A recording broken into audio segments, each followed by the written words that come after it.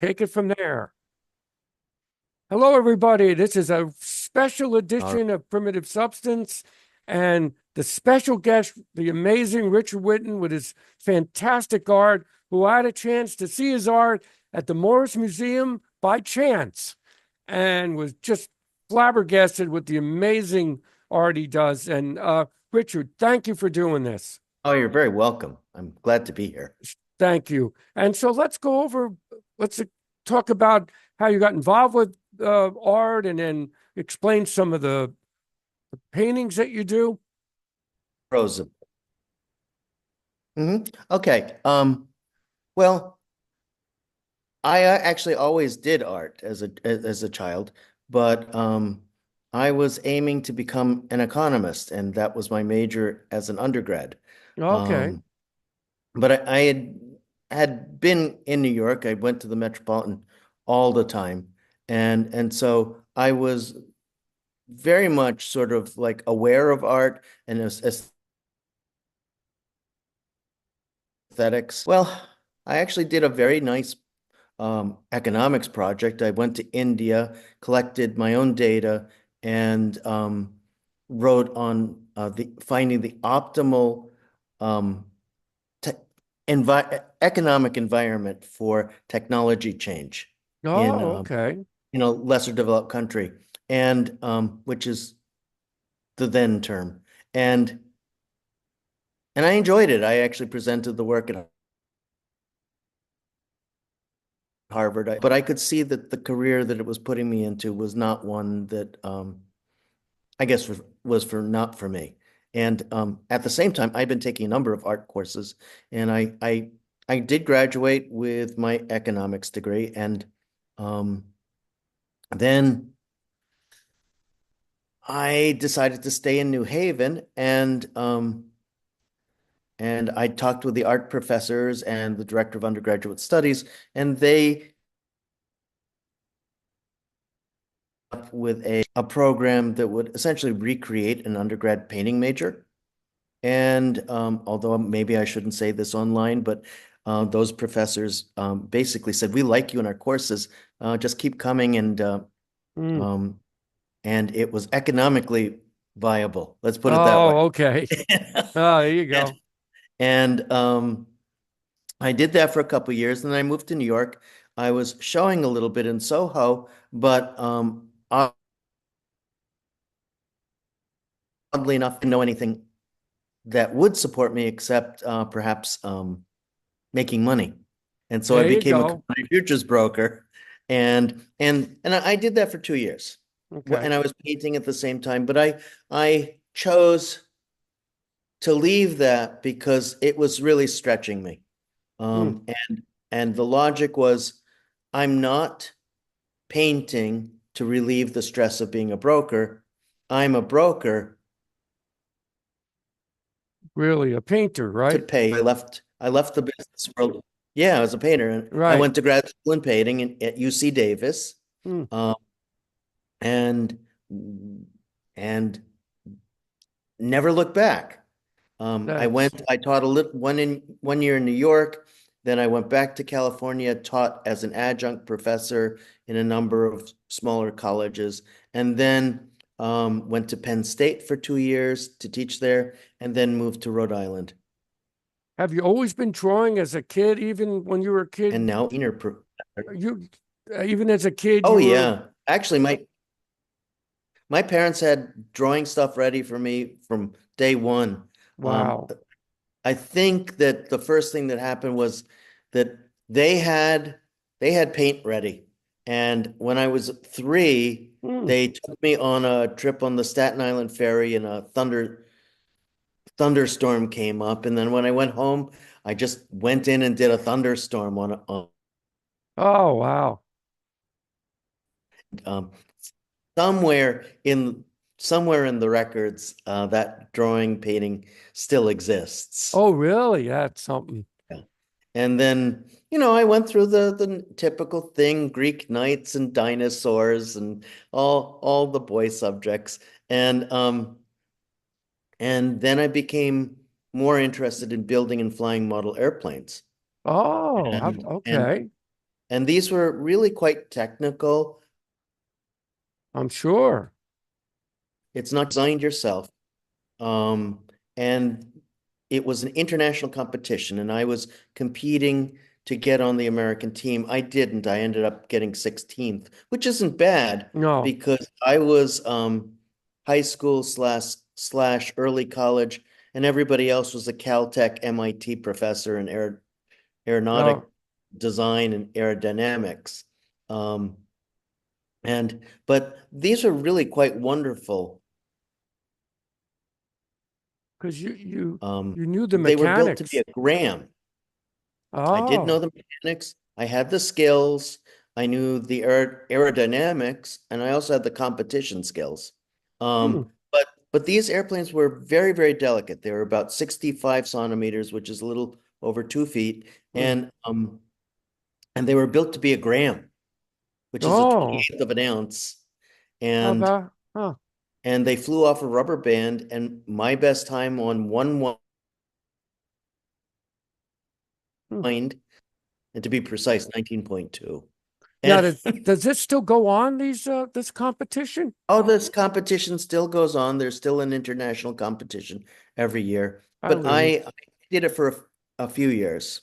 And then college and art sort of came in and took its place.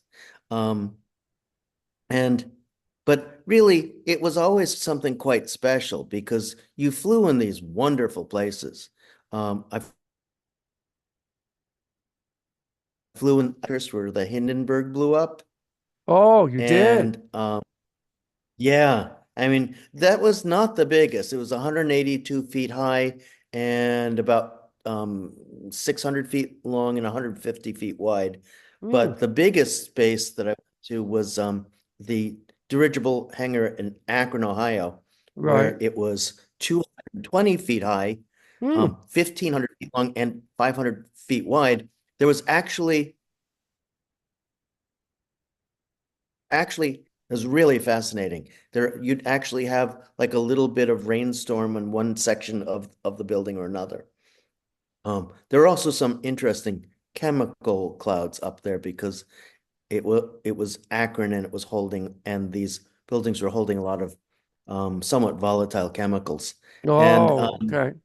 yeah, and sometimes your planes came down a different color than they went up. Oh, okay. Do you have a mask on at all to protect your lungs at all from any of In the that? 70s, Man, that is no, it something. was way up in the sky. Oh, okay. But yeah, and but it was a great, and actually another beautiful place, only 100 feet tall, but it was a gigantic glass dome, and it had been a hotel in the Roaring Twenties, um, and ornate interior, Hmm. 70 feet, 100 feet high, actually 150 feet in diameter. I'm sorry, Hmm. and wonderful, wonderful site. It became a Jesuit monastery after the during the Depressions, and then it became a culinary school, and now it's actually a luxury hotel. Oh, how about that? Ah, Yeah, um, man, that must have been something. it's gorgeous. It's in French Lick, Indiana. You can still I have friends who live look it out up, there. and They should check it out. I guess they're in Crawfordsville, I guess about 40 minutes from Indianapolis. okay. So, it's actually worth a trip if you love your architecture. It's Oh, stunning. yeah. It's absolutely stunning. Um, but the thing was that I went through all of these different wonderful giant interior spaces, and I flew these mechanical objects. And I think that that was because your listeners, they haven't seen them yet, but these paintings are shaped wooden panels. They're flat, even though Right. it looks like there might be something three-dimensional. They're absolutely flat, but because they're not rectangular, you can't think of them as a picture window. You have to think of them as sculpture, or you're Hmm. forced to. Right. I saw it. And Yep. then there's even painted areas that seem to come forward of the page, or forwards that look like it's three-dimensional. Yeah. And then there's a level of portal or door or archway, and you go into another world. Yeah, you And that do. world, I mean, the further back you go, the more three-dimensional it came to me. And then the shades that you did to make, to look like the sun's coming out, just really so well done.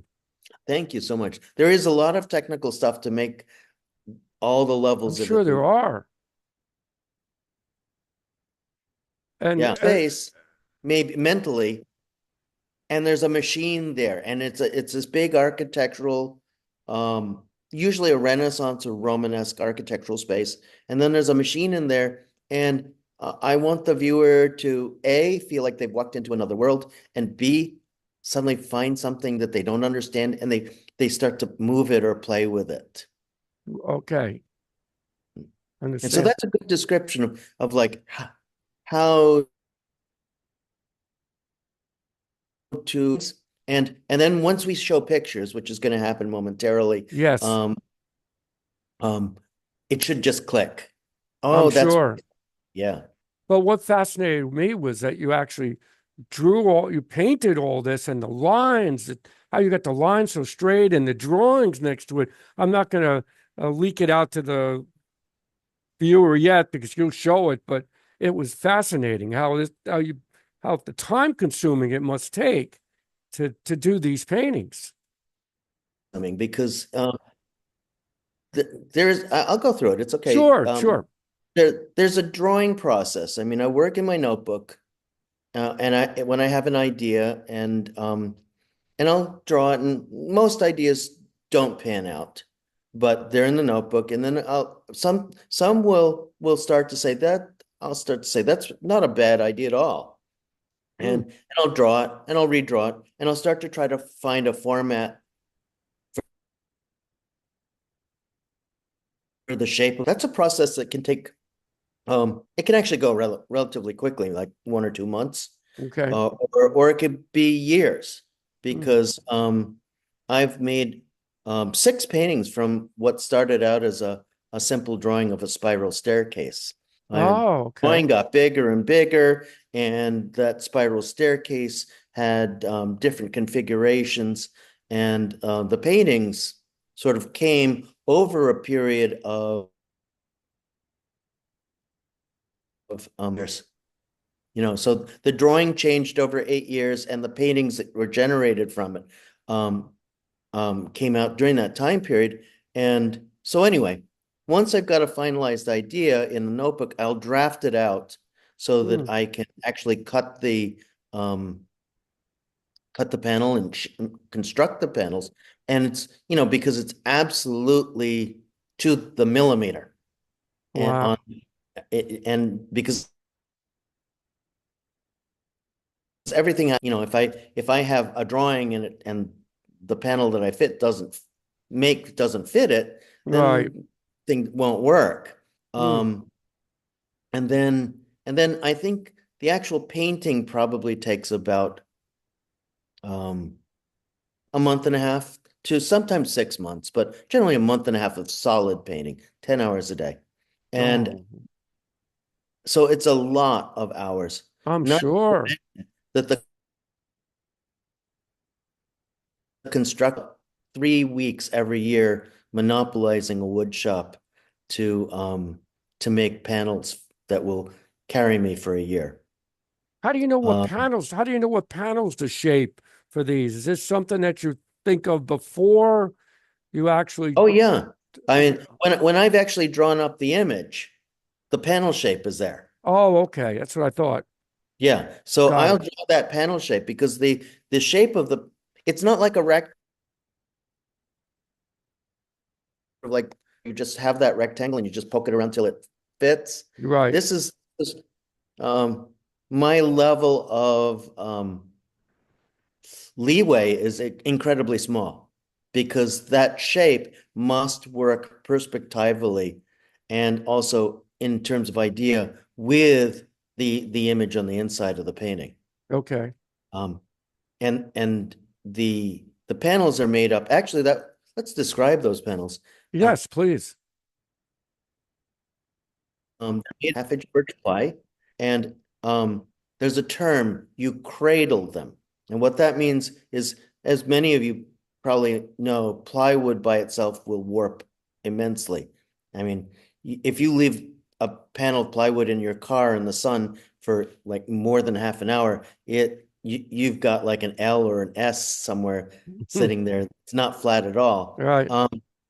So that to keep it flat, I build a structure, and then the edges are beefed up with poplar, which is lighter, so that when you're actually looking at the piece, it looks like a solid panel about 2 inches thick. Okay. And that framework actually sticks back an extra 3/8 of an inch so that the panel is separated away from the wall so that it looks like an object hanging on the wall, not a painting, which looks like a window. Got it. And so that's really important for me, our world into the world of the painting, to be more than just, oh yeah, of course it's a painting. I look through it into the other space. Right. So it makes the viewer much more conscious of the physical presence of the painting and the actual sense of motion from here to there. Well, I'm sure. Mhm. So that is real interesting. Would you like to see some pictures? Yes, please. We've been waiting. I can't wait. Okay. All righty. So what I'm going to do is I'm going to share the screen, Okay. and our pictures will be out in the upper right-hand corner, but Okay. should be there. Hold on. Can't wait. Yeah, this is really, any of you out there, you will be pleasantly surprised how great this is going to look. Actually, I'm Okay. going to mention. I Good. said, Yes, you did. Good. yep.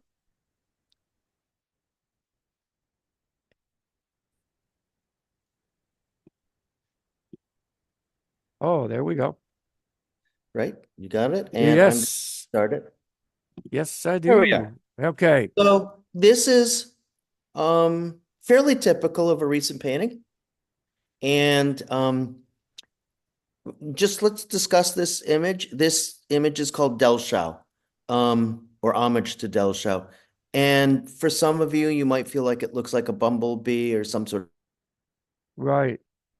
Big ears there. of bug, or and it's got a mechanism in the middle. Let's first describe the fact that it is a little over 5 feet tall, and it's it's a little over 10 feet wide.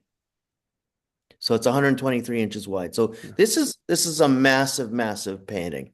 And so if you look at it, Del Shao was a naive artist from the beginning of the century, right before World War I. And he was actually the first person to claim that he'd been abducted by aliens. Yeah, how about that? And he spent his life drawing alien spaceships. And I find his drawings fascinating, although naive. But here, this thing is kind of like a spaceship. It's kind of like a top. It's kind of like a Yes, does look like it. bumblebee. And actually yeah, and the mechanism in the middle is a governor. It's a steam governor. It's based on that, but it could also work as a gyroscope. I don't know Right. whether you're aware of it, but bumblebees only have two wings. Their second pair of wings have become these little drumsticks that beat up and down in the air, and they act like gyroscopes, which is why they can hover and Oh, I never knew that. very, very interesting. They're able to do all sorts of stuff. And so here it is. We've got this gyroscope in the middle, and I'm playing on the idea that it might be like a giant insect or bumblebee. It looks like it's spinning too. That middle, like in It could. just stop motion, looks like it's ready to, it's going to spin. And that's the whole point. I Yep. want you as the viewer to like move the painting. Yep. Because think of it this way. A painting is still, almost by definition. I have to make it feel like it's part of the world. It's something that we want to play with. Right. Um, that has to happen in your imagination. I want you to like imagine spinning that with your finger or pushing that with your hand and making it move. Um, and I hope that I make them real enough and tempting enough so that you want to do it. Although there is the frustration that it's in a museum and you can't touch. Right. Yeah, it's really good. And which I played with in the past, which is a um dexterity game. Does that, if you look at me, Oh yeah. do you know those little boxes? They're antique things, and you'd see like a clown with little holes in it, and there's ball bearings that you have to move around. Right. All right, but it's covered with glass, so it's not like you can pick them up and put them in the holes. You've got Right. to move those things around without touching them Right. Right. I know that. to win the Yep. game. I think that that's rather like one of these paintings. You Yes, it can is. push, move it, play with it, but you can't touch it. Right. Your imagination can only touch it. That's That's it. right. That's it. Yeah. So here we go. Oh, Um, these are great. the painting on the left is from grad school because I've always been interested in how things moved in a painting. And I believe you can see my cursor, correct? Yes. So I always felt like when I was making this moving in this circular pattern, which is actually similar to the movement of the airplanes. Um, then there's this just a little reference to a window, Mm. and there's sort of an area that makes you look down. So this was a 5 foot by 8 foot painting, so it's bigger than human scale, and it would actually make you look up and make you look down. I'm interested in all of that kind It almost looks like chaos, of where there's a visual big, dynamic. Right? This is a wind or something blowing all these parts around. yes, but it's blowing them around. It's moving. Right. Right. It's not a still life. You see what I'm saying? Right. It's not static. And um and many artists actually do try to get things to move, and it looks chaotic, but the thing is that it's really organized to chance moment, the perfect moment. I always say it's like juggling balls and looking at the balls, and then when they make the best pattern, Yes. you say, stop. Yeah. You see what I'm saying? And Yep. that's what you're painting. Hmm. Here on the right, this is much more recent. You can see that here's the surface of the painting. Because I think of a painting as a thing that divides the universe into three parts. Hmm. The stuff, the area that we, the viewer, the surface of the painting, that plane, also known as the picture plane, and then Right. the imaginary world on the other side. Okay? And and so we have pattern here that emphasizes the surface of the painting, the balls, the frame. Right. This sort of mechanism sticks forward, It does. emphasizing the world of the viewer. It's a shape thing. Right. Actually, this flat. And I'll emphasize for your viewers, this is totally flat. And then you walk into this space, or you visually move into the space. And there's a machine in there that you kind of have to figure out. And you can move, you can play with. There's this one that you can play with too. And again, different kinds of motion. This is more up and down. This is more horizontal. Right. Um, I see and that. And so even is realistic. I'm still worried about like how does the viewer see motion in something that's basically still. Hmm. Okay. There we are. Here pictures of me, and look at this. I have hair. How about that? Yeah, There you look. go. And you There can you sort of go. date it. I had sideburns for a little bit too long. I remember soon after that going to a haircut who sort of grunted and just cut my sideburns back. But and look Oh, that's the at that plane. architecture here. This is the Low Library in Columbia, and the plane is flying in it. I mean, isn't that amazing? And Yeah, it is. Well, the planes only flew at like 4 miles an hour, which is slow walking speed.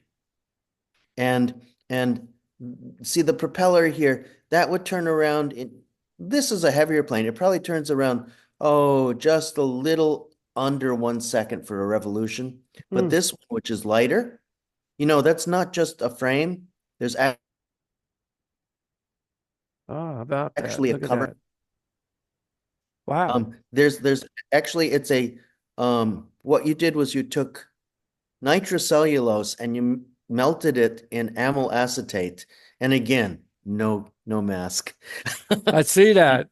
And then you would pour that out on the surface of water, and the water tension would make a film, and it would actually dry, and you would pick it up with a frame coated with rubber cement. And the thing is,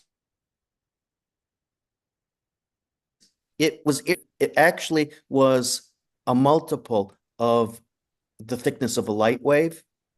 And so these were literally microns thick. And it was enough to hold the plane up.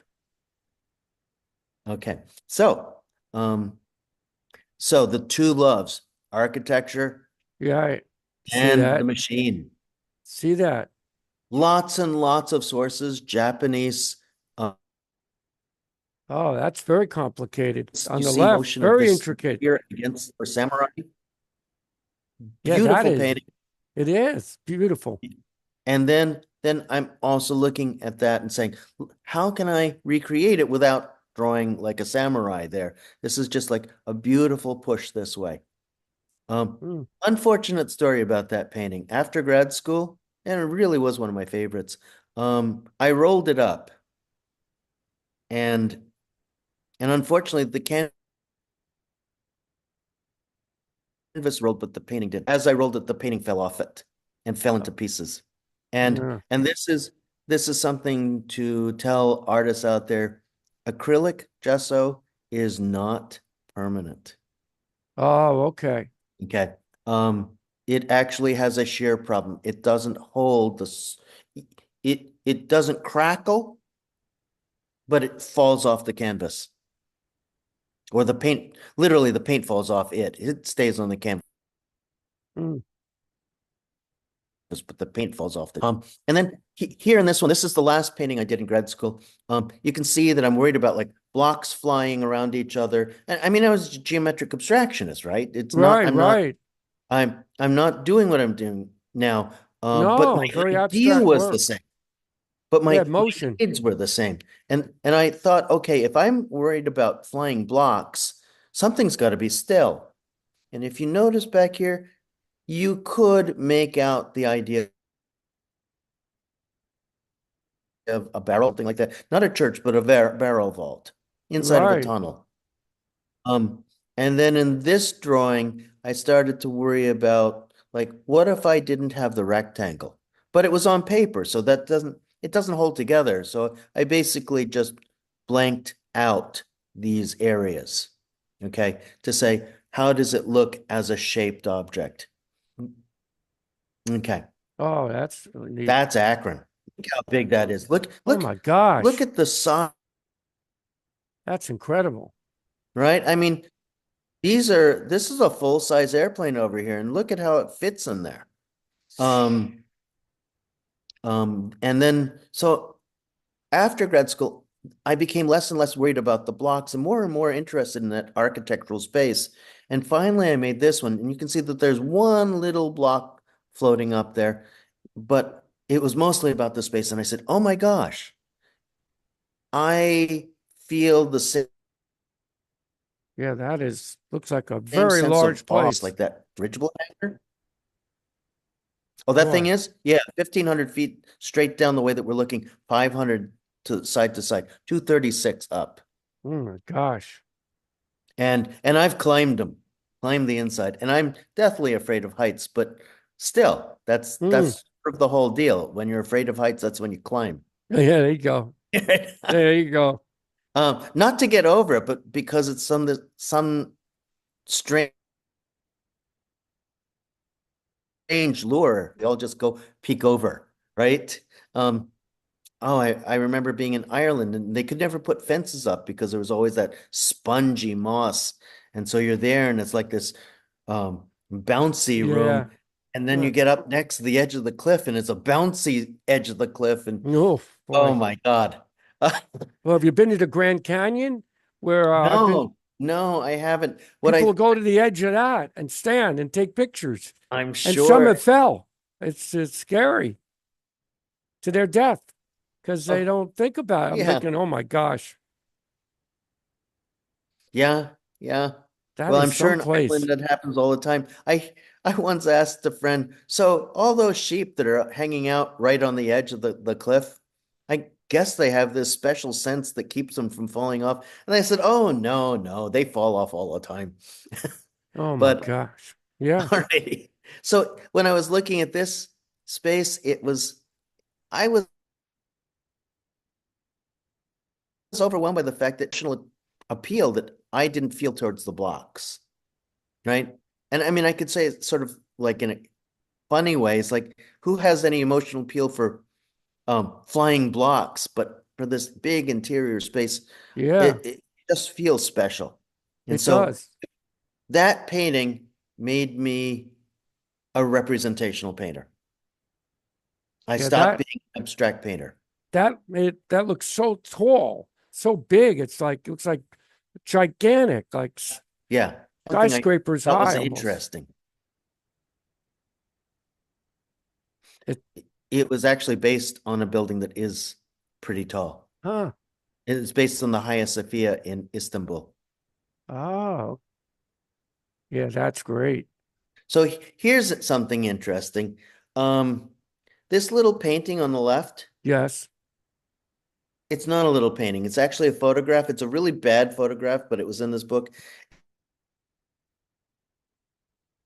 And it's shoved at the end of the doorway. Okay. But I looked at that photograph and it's in my book, it was only about 2 inches by an inch and a half. And so I thought, oh, that's amazing. The painter painted a doorway and that looked real and then had a painting, a world of the painting inside it. No, wow. Now, obviously, I didn't get it right, but it was very, very useful. Mm, And there have been where people would misunderstand things and great things came out of it. A really key example is, Van Gogh thought that the south of France was kind of like Japan. And it isn't mm, because south of France is nice and warm and pretty right. and is freezing cold.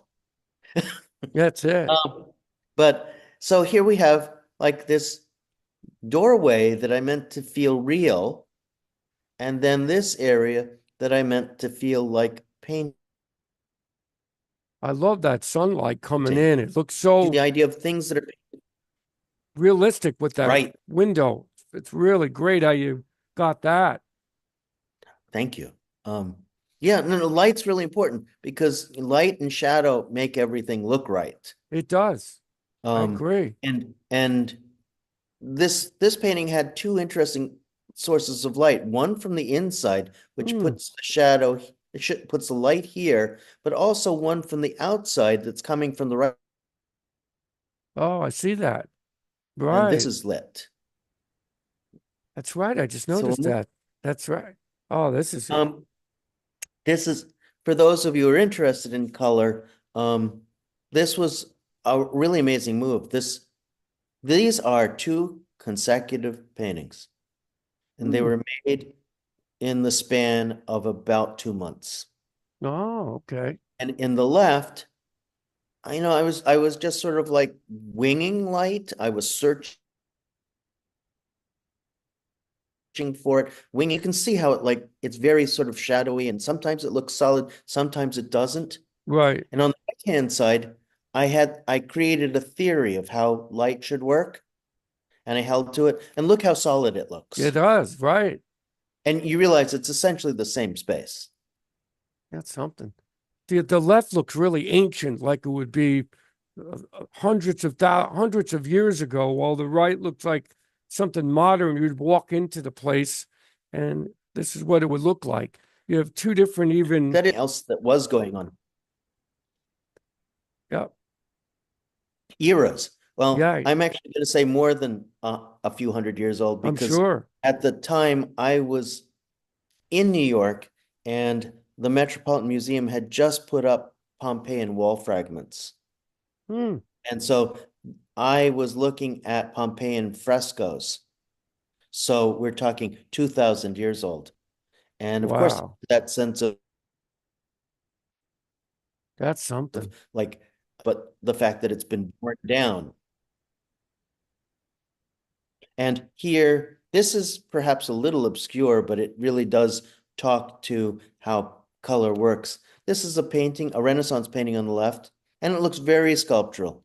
And this is a Hmm. painting, 20th century artist, post-impressionist named Pierre Bonnard. And I've always loved his color, but I Hmm. could Yeah, never figure out how to borrow from him, to learn right. from him. Like the color in the left and the Perugino, and I could, but it applied very nicely. But look at what happens when we go black and white. Do you see how the black and white painting is still sculptural on the Right. left? But on the right-hand side, it just turns into mush. You're right. Yeah, the left still looks amazing how realistic it looks, and the right, you're right, it just doesn't have it. That's right. And so I realized that Perugino was, and Bonnard was breaking space down and just using the world as an excuse for color. And Hmm. that wasn't what I was doing because I was building space. And so you can see here two more examples. One on the left is a little bit earlier than the one on the right. You can see a little bit more of that sketchy, Hmm. ancient look, and then on the right, that crisp look. I Um, don't, the right almost looks like an unfinished building, still has work to do. It almost looks like wood still has um, to be some over put over top of that, or some kind of cover, something that still needs to be done, which is really neat. Now, excellent. okay, Richard, so now you're going to explain, you were explaining this particular painting here, these paintings. Okay. Yes, I was just talking about how this had that more recent understanding of light and shape. And I was getting into one last thing here. This is probably one of the key early examples of me experimenting with the rules of perspective. Some of you may know of parallel lines that are perpendicular to the picture plane Right. vanish in one spot. We all know that picture of the railroad tracks that goes off into the horizon. And essentially what we see is there it is. You know, Yeah. there's vanishing point there. But this is an upper area. And if you look at the vanishing point here, do you notice that it actually meets here, not Mm, here? right. And I found that by doing that, having not a vanishing point, but where lower things vanished on that vertical line lower up, it made the space more open. It actually gave Mm, you sort of a suction. It would impel the viewer right. visually inside the space. Um, if I had on such a big painting Mm, had a singular vanishing point, what would have happened is that the painting would have become flatter mm. and it would have put, How big is this painting anyway? It looks like, is it a big painting, this one? oh, most everything at this, they're relatively good size paintings. Okay. 4.5 by 5, maybe 5 by 6. Okay. Well, continue. 4.5 by 5.5. That was Okay. actually a fairly standard size for me because I could reach around it and carry it. Oh, okay. Yeah. Okay. Oops. Oh, that's something. Lots and lots of reference, sort of a sponge as far as like what I look at and what I think will help me design a painting. This is a contemporary English painter. His name's David Hockney, and he was really Mm, interested in Picasso and space. And you look at this, he has a vanishing point over here I and a see vanishing that. point over here. Right, And right. and so the whole space warps. For me, I have a vanishing point here and a vanishing point here. Um, I was interested in making perspectival images that didn't follow the rules, but didn't seem to be quite so awkward. Because you Mm, notice, like right in this section of the Hockney, everything flattens out, and he was interested in that, but I wasn't. I wanted everything to stay looking three-dimensional and believable. Um, yeah. this is a big painting. This is 5 feet tall and 13 feet wide, Mm. It looks like a big hallway, like you're walking down this really right? very long hallway. A shotgun hole, double directional. This one and then this Right. one too. Yeah. Um, okay. Another influence, illuminated Mm, manuscripts. Because, I mentioned earlier that I wasn't interested in the rectangle because it made things into pictures. I wanted the mm. paintings to be the thing itself. Um, those of you who know your Plato will remember that in German is like what Plato believed was the real thing. He actually was very disparaging of painting because he said that it was only an imitation of the truth. Mm, So trying to make the painting essentially the truth itself. But so I didn't want that rectangle, and I was looking for formats that would allow me to use non-rectangular shapes on a rectangular format. Um, And I came up, what you see up here is, a medieval early Renaissance book. right, And the you have the inner image, which is smaller than the reality. Actually, it's a very big reality. You right. have the type here, which is the size that it is. You have the flowers here, which are the size that they are. And so you have this contrast of ways of looking. In this painting of mine, you have here is about 6 feet. Mm, And then you have these flowers, and these flowers are just under a foot in diameter. So mm, oddly enough, you have this big painting, which is still right, smaller than what it depicts. And then you have the flowers, which are gigantic. right. And then I see my that. little my little joke is that this is my illuminated manuscript or illuminated min book up here is only 7.5 inches tall. Mm, Well, this is 7.5 feet tall. wow. Spectacular. Thank you. Once again, the angles and the sunlight, and you really, really are a master at that. Yes, except that at this point, I'm doing things that are very contradictory. Mm, Actually, do you see in this one that it's lit on this side and this side? yes. And that's almost an impossibility. Mm, If then you could say that those would be lit, but not quite so strongly. But you know what? That's outside of what people can say is right and wrong. you're right, And exactly. so it's believable. And the painting on the left is the last painting I did on canvas. See, canvas really was Mm, limiting. It had to be a rectangle. And then I right, worked right. started to work on wood panels. And you could see that I started to shape it. And at this point, it's not as now, but you can see I'm getting to have a much greater freedom as Right, you I are. learn new surface material. And it makes you unique.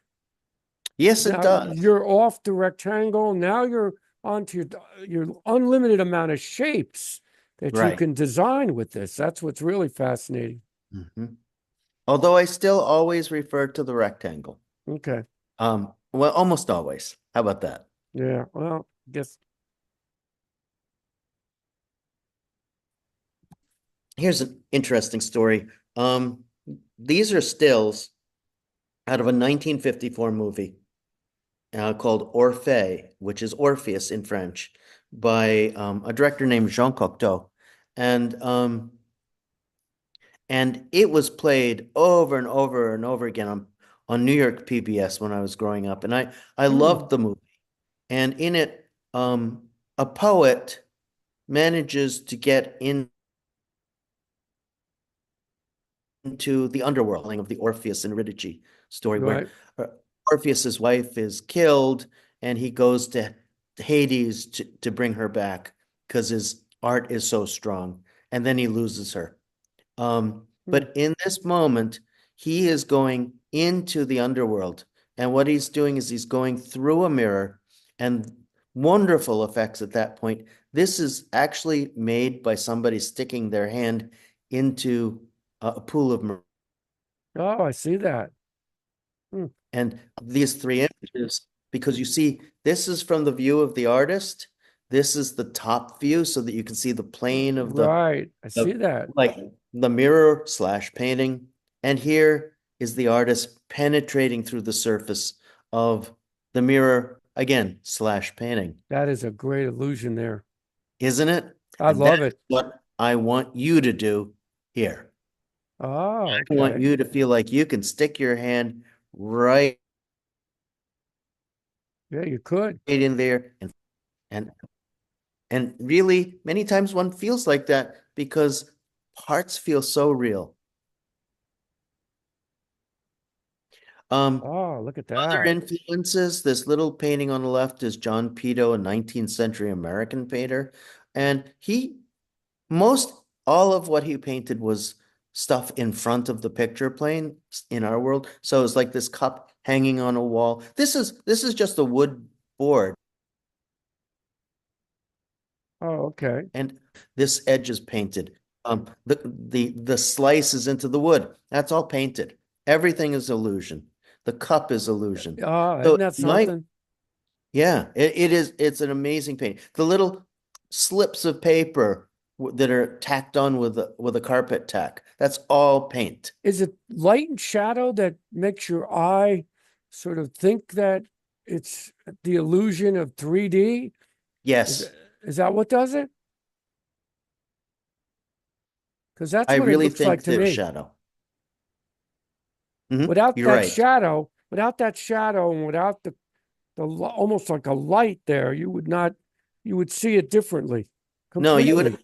it would illustrate it. In other words, you would know that it's supposed to be a cup in front of the wall, but you know what? You wouldn't believe that it was a cup in front of the wall. Right. And so that That's, he's a profound influence. I'm sure. And that did, I'm sure it is. The thing great So in this painting, about your art is you've learned how to work with light and shadows and colors. And so that's the light and shadows you've really have really mastered. and actually, for anybody interested in painting, it's actually fairly easy if you understand that it's mathematically predictable. Hmm. But for most people that paint, that you mentioned the word math,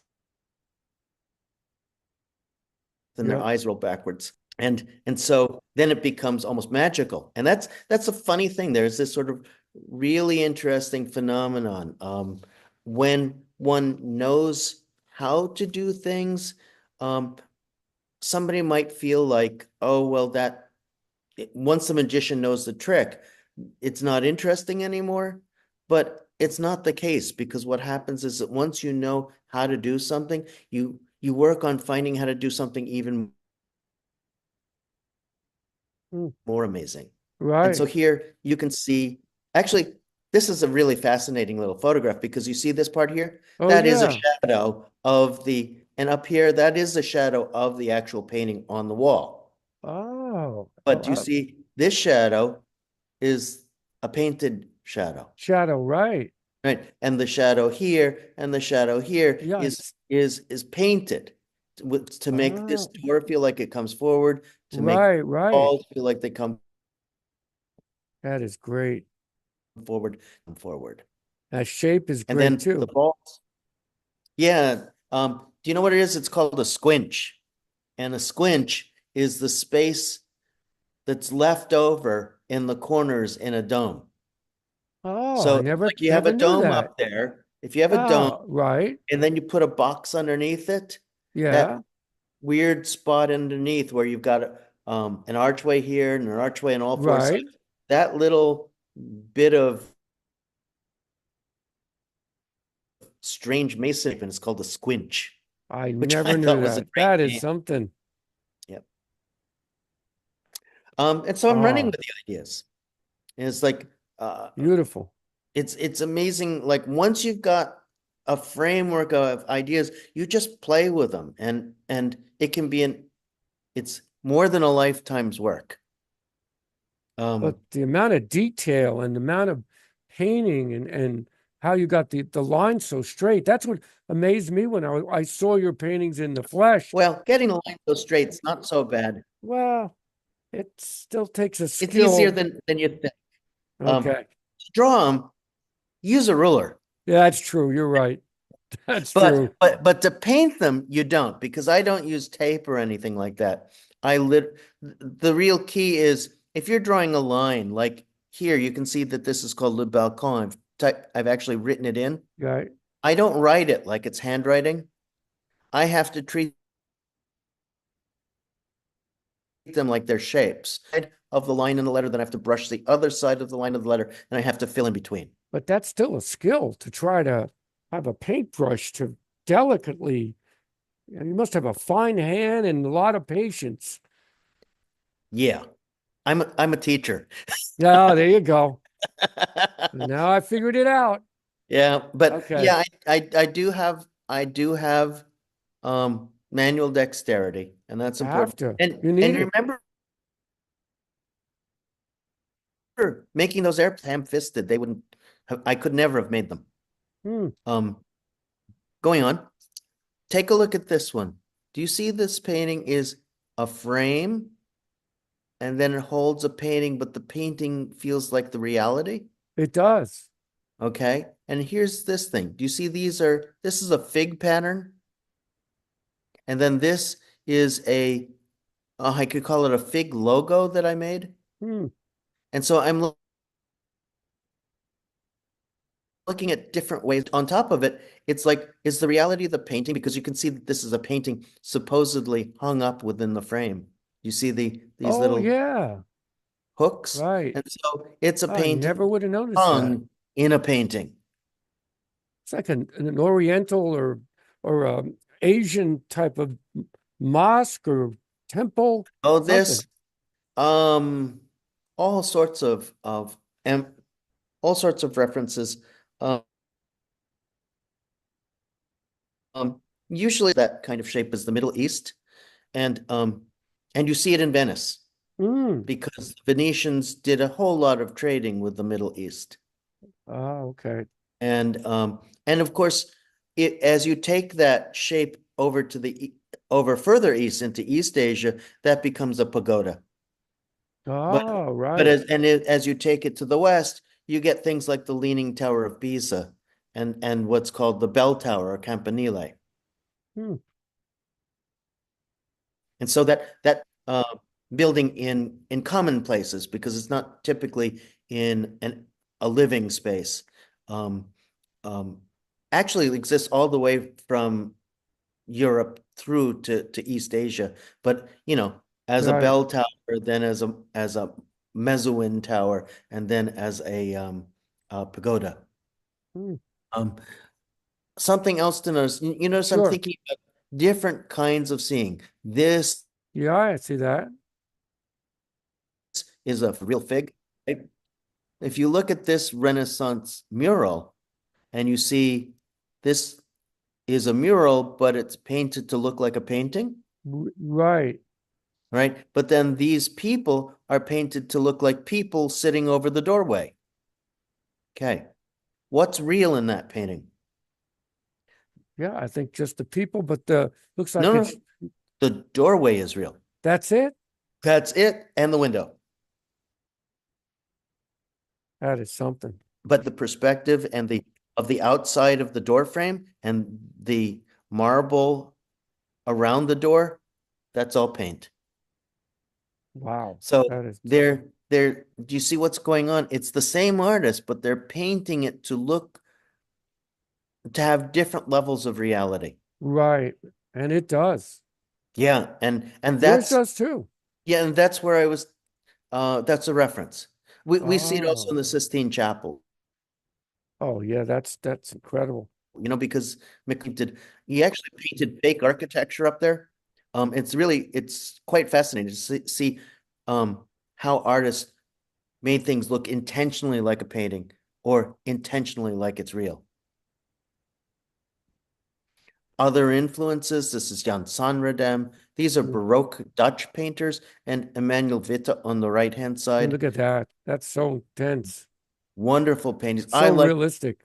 I love the Witte. And the sunlight, again, Shadow. I think there's motion in shadow. that is a Yes. really incredible painting. Sanradem is a little bit more diagrammatic. There's a lot more Sanradem to pick on because, or pick, to learn from, because Vida died young, which is sad. Oh, that's too bad. He was a businessman, and his actually, as were all of the Dutch in that time, they were all Mm. businessmen and they painted at the same time. And his company, and I think it broke his health and he died. Oh, look at Um, that. but looking at the Vida, this is where I talk about the shadow being so important. Look at that shadow there. That gives me the sense That of real, does. doesn't it? And Oh then yeah. It's shadow in incredible. It's here. So this it's so funny. I just love painting the shadows. And well, you do it's necessary. I mean, it's oh just yeah, it makes a big difference. Huge difference. oddly enough, yes, yes. And oddly enough, it's one of the easiest parts to paint. Oh, how about I, Yeah. I never would have thought, but you've discovered how to mix light with shadows to really, and especially farther away, you look at your paintings, they look more 3D. Then you look up close and say, I can't believe that this is just a one-dimensional, you know, painting. When you look back at how you've been able to Well, capture that. up close, what you see is you see the brush marks. Right. You do see the brush marks up close, That which I dazzled me like. too. And that's something that you see a painting right from the start from far away, then you get up close to see the interlinking parts, and then you get up even closer to see brush mark and Right, right. how intense it is. We have a It is detail intense. later on. Oh, okay. So years have passed in this discussion, and a tenured faculty member. And when you get tenure as an artist, it's suddenly you say, I can take some chances. And so I've built my Yeah. and I Good for designed the you. studio, so it's sort of like painting within one of my own paintings. Oh, And you were mentioning how I get these wonderful straight lines. Here's a better sense of how they exist three-dimensionally. Do you see that in oh this? yeah, exactly. It comes through far away. Right? So you can look dimensionally here. You look a little flatter. But in the picture on the left, do you see this device here? Oh yeah. That is a frame which is part of an easel, and it goes up and down. Oh, And on top of it, there is a little well, it's not little, it's a big board that I'm able to move across the painting, and I can lean against that, and I can so it makes it easier for you lean to, against fist against it. That exactly. So I'm not just holding the paintbrush up in the air, I'm leaning it all the way, and I move that support system wherever I mm, need to paint. that's what it needs. Oh Especially yeah. with all the intricate uh painting strokes you need to do with your paintings. It's so intricate. And as I said, those lines are just absolutely perfect. How you get those lines. I know you knew use a ruler, but still you're painting that, and that's a skill I use them in the painting. I know what you're saying. for me Yep. anyway. It is a skill. Um, and some people have it and some people don't. I have to say that that's the case. I had an assistant, a student that I wanted to help out. And I mean, she was very good. And what we ended up helping out each other out with most was like grant writing and talking. But she was working with me on my paintings, keep a straight line. But Hmm. she was a good writer and she then got a Fulbright. So that was great. But here, once I had that wonderful studio, things got bigger and the shapes got wilder. Hmm. And I just started to really play and enjoy myself. It looks like it. Wow, that's so intricate on the right. That's really, especially when you Oh, go inside there with all those designs. oh yes. And you know what this is here? Nope. Copper leaf. You know what I Oh. mean? It's copper leaf like gold leaf, but just made it copper. And down here is a tarnished silver leaf. Hmm. And this is actually gold leaf here. So occasionally I'll use leaf. Oh, and Wow. actually that section right there, that's gold leaf. Oh, okay. There's that drawing that I mentioned earlier. Remember I was talking Oh, about yes. the spiral staircase Right, right. these paintings. Look You at can see that. that this is only like this actually is not from this time period of the painting, that it actually only deals with about that much of the staircase, and it's from a slightly different perspective. But this Arabic actually doorway became this sort of more simple Roman doorway. Again, I see how that just goes, still goes upstairs more, downstairs, or you get the illusion that Oh yeah. it's a very big place. Yep, always. I don't know how we're good on time here. I guess we still have a few minutes left, so let's keep going. Okay, we've got about 5 feet, I think. Okay. Um, and so we're looking here at I think this is the last of the spiral staircase paintings, but this is 1 inch shorter than 8 feet. Okay. And so that gives you a sense of the Oh, scale, how this Japanese print creates a possible format. You see, it's like this is chunked in and this is running over this pattern, which is also a fence. So I right. was thinking about this shape. I was thinking about how this keyhole shape could like pop into the painting. Um, Lots of influences. I see that. Oh, I like this. And then machines. I wanted something to move in. I didn't want to have people, but I did want to have something that referred to human beings and something that could move on its own. Actually, that's one reason why I was at the Morris, because they have that big collection of automata, Right. machines that work like people. Um, you could call them early robots, but that actually is a very different implication. Robot typically are meant something that makes things, while the automata were more entertainment object. Um, but this is actually a collected thing. I collect almost everything that I work with. Hmm. Um, it is a locomobile that was made in New Bedford by a company called the Whedon Company. And a locomobile is a mobile steam engine. It actually Oh, does, it has a little burner here, and this is actually a water tank, and it does actually move that is fascinating. I didn't know that. That's if something. once you set the burner. So it does run, does work. Oh yeah, Wow, that is and something. it's approximately 100 years old. I think that was at the show. I believe it was. I don't Mm-mm, know. mm-mm. Was it there? They did not have any of my actual objects. Oh, okay. And again, running with the idea, this is, I flew in dirigible hangars, so I know the history Looks like of yeah, that, dirigibles and cigar for two reasons. Because the French called their early dirigibles flying cigars. And when I was in grad school, I absolutely loved this rosé in that came from the Bonnie Doon Vineyards, product placement. And oh, and okay. and I don't get paid for it, but I love that wine.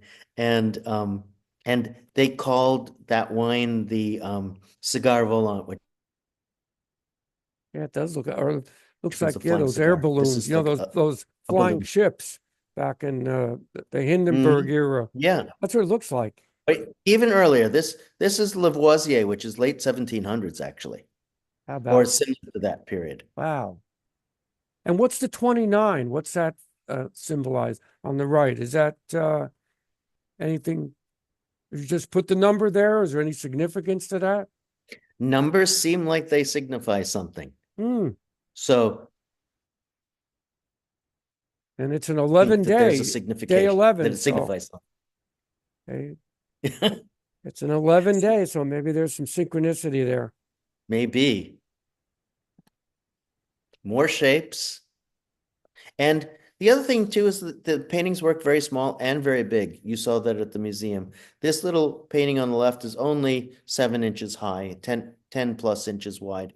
And this one on the right is about 6.5 feet tall.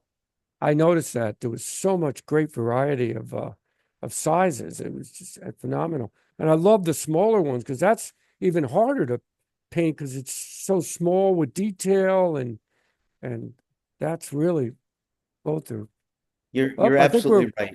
we're running out of time here. So Okay. thank you, Richard. We're going to have to do this again for sure, part two. Oh, I'd love And to. This was and fun. I want to thank you for taking the time doing this. And this was really great. I really appreciate it. Perfect. Okay, Yeah. we'll see you for I'll see part you the two. See you the next time. Thank you. next Bye time. bye. Yeah. See you See you the again. next. Bye bye.